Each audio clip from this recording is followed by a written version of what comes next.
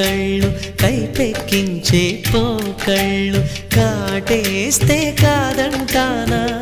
ఇప్పుడైనా వయసేమైనా సొగసేమైనా మై మరపించే మనసేమైనా నవ్వు నవరాత్రి నీ కోసం తీసుకువస్తున్నా మైనా ఏమైనావే మన్మథ మాసం అయినా ఎంతైనా ఇది మెత్తని మోసం